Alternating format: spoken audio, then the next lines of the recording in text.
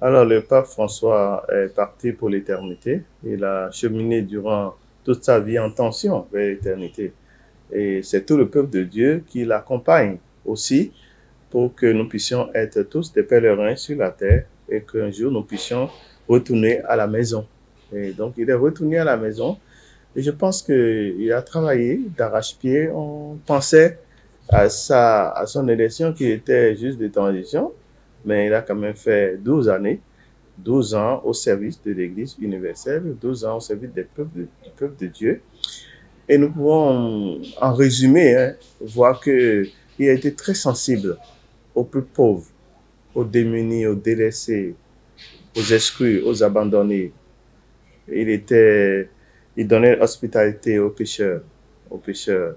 C'est vrai que parfois, on a comme l'impression qu'il en fait trop, mais on ne peut jamais en faire trop lorsqu'il s'agit de sauver le pécheur. Le pécheur est aimé par Dieu, le péché est détestable et détesté.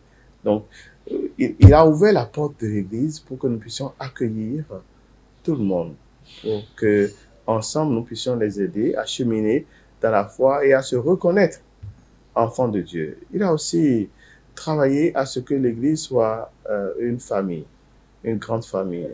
Une famille, il n'y a pas simplement un chef, car souvent les gens voient l'Église comme hiérarchique, etc.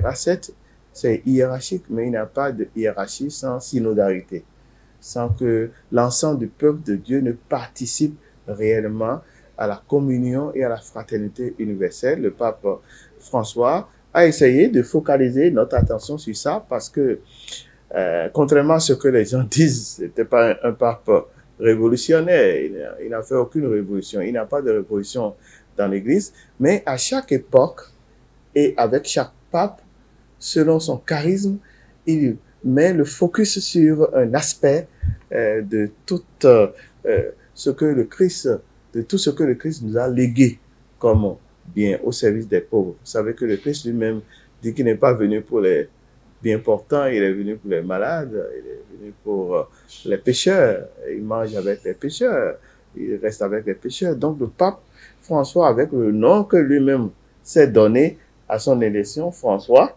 c'est la rencontre de la pauvreté. C'est aussi un pape qui a été un grand défenseur de l'Afrique. D'abord, les Africains qui prennent le risque à cause de la dictature de leur pays, à cause des guerres, et fuient, ils ont besoin aussi d'être reçus par les autres peuples.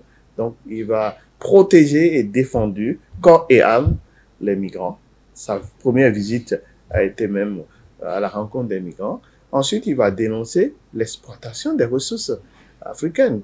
Hein, dans ses voyages en Afrique centrale, et surtout en République démocratique du Congo, il trouve que vraiment ce qui se passe par rapport à ce peuple n'est pas juste, puisque c'est l'exploitation des ressources naturelles de l'Afrique. Il a aussi prôné la paix, le dialogue interreligieux, tout ça. C'est un pape qui laisse une immensité à déchiffrer, à essayer de faire en sorte que ce que nous avons reçu de lui, comme des autres papes, nous puissions les monnayer au service de l'Église et au service de la fraternité universelle.